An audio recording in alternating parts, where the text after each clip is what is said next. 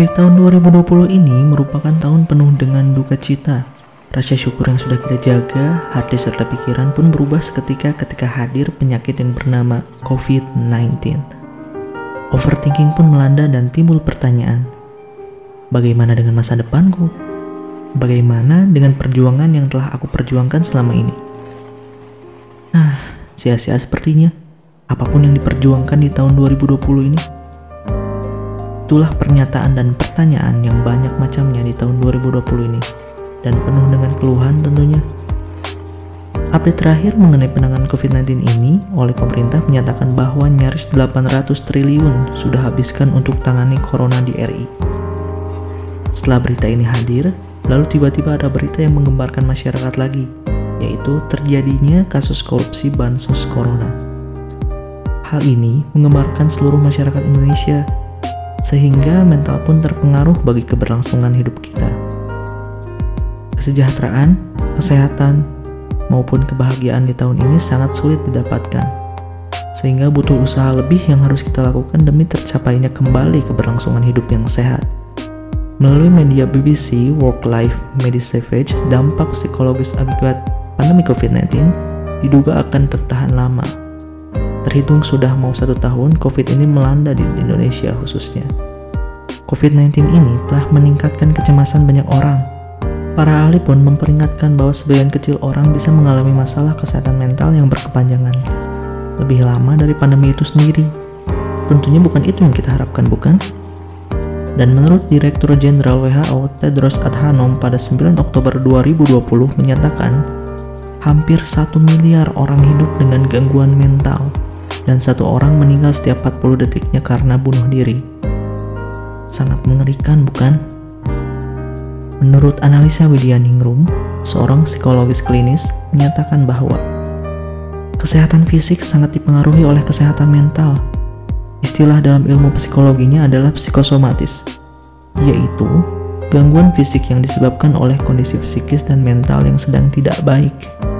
Inilah penjelasan selengkapnya. Tahu nggak sih teman-teman, kesehatan fisik ini sangat dipengaruhi oleh kesehatan mental.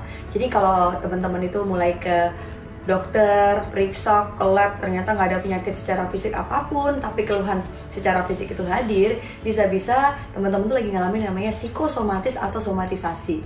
Yang itu sangat relate banget sama gejala-gejala atau stres-stres yang muncul akibat psikologis kita. Namun selalu ada saja ketika di masa sulit ini, orang yang menghibur dengan karya-karyanya, ataupun hanya berupa gagasan sederhana yang dijadikan status di media sosial maupun tweet di Twitter. Seperti ini contohnya. Kata Dion Mulyo, keluar beli makanan aja berasa jihad.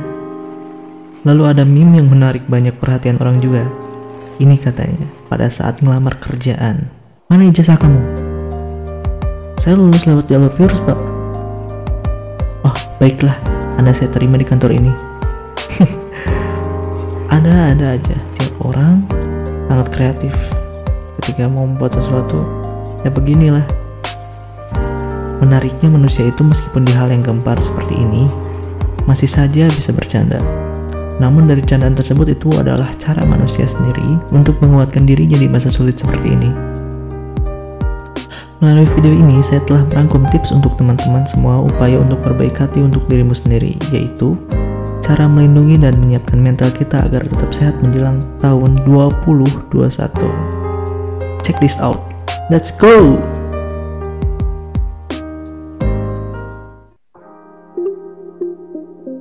Nomor 1. Sadarilah bahwa kecemasan sepenuhnya normal. Jika ada sesuatu hal yang membuat kekhawatiran atau cemas, tenanglah, Anda bukanlah satu-satunya, dan cara kerja perasaan Anda memang seperti itu. Menurut Dr. Lisa Moore, penulis buku terlaris dan kolumnis bulanan New York Times, psikolog telah menyadari bahwa kecemasan adalah fungsi normal dan sehat yang mengingatkan kita akan ancaman dan membantu kita mengambil tindakan untuk melindungi diri kita sendiri. Yang kedua, biarkan diri kamu untuk menjadi tidak sempurna. Menjadi manusia itu tidak sempurna.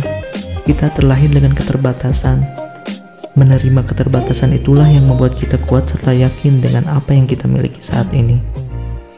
Menurut analisa Widianingrum, psikologis klinis menyatakan bahwa belajarlah untuk memaafkan, karena dengan memaafkan kita bisa terus tumbuh dan melalui hidup kita lebih bahagia. Memaafkan adalah satu tahapan ketika kita bisa maju untuk masa depan. Ubahlah mindset kita menjadi individu yang menjadi growth mindset. Jadi, setiap tantangan itu kamu tangkap sebagai suatu peluang untuk kamu bahagia.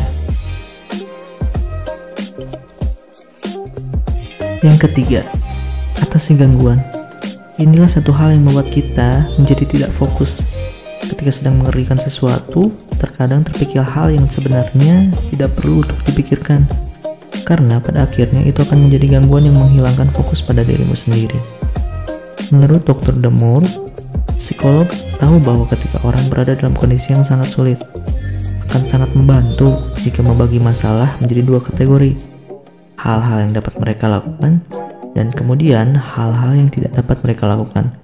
Itu sebagai cara untuk mempermudah diri kita sendiri dan menemukan keseimbangan dalam kehidupan sehari-hari. Yang keempat, fokus pada kekuatan dan siasati keterbatasan. Ini adalah cara yang bisa membuat diri kamu semakin bersyukur akan suatu hal dan menyiapkan diri agar siap menempuh jalan hidupmu sendiri. Tiap manusia punya cerita jalan hidupnya masing-masing, memiliki karakter yang berbeda maupun tingkat strata yang berbeda. Hal semua itu patut kita syukuri dengan mensiasati keterbatasan tersebut dan melakukannya dengan baik. Kita sudah menjadi pribadi yang bersyukur akan hidup ini, sehingga kekuatanmu akan keluar sebagaimana mestinya, dan kamu akan lebih mengenali dirimu sendiri. Yang terakhir, yang kelima, be mindful. Menurut analisa Widianingrum, psikologis klinis menyatakan bahwa hidup untuk hari dan pikirkan hari ini dengan perasaan bahagia. Yang lalu sudahlah, biarkan berlalu. Kamu akan capek ketika kepala kamu nengok ke belakang, dan kamu akan capek ketika kepala kamu melihat ke depan terlalu jauh. Berbahagialah hari ini, apresiasi dirimu sendiri. Kadang, kebahagiaan datang dari sebuah perasaan yang mungkin tidak mengharapkan kebahagiaan itu. Itulah tips ataupun cara untuk teman-teman menyiapkan apa-apa yang perlu disiapkan demi bertemu di tahun yang baru dan harapan yang baru. Saya RB Anugraha, stay positif, be inovatif. Ciao, assalamualaikum.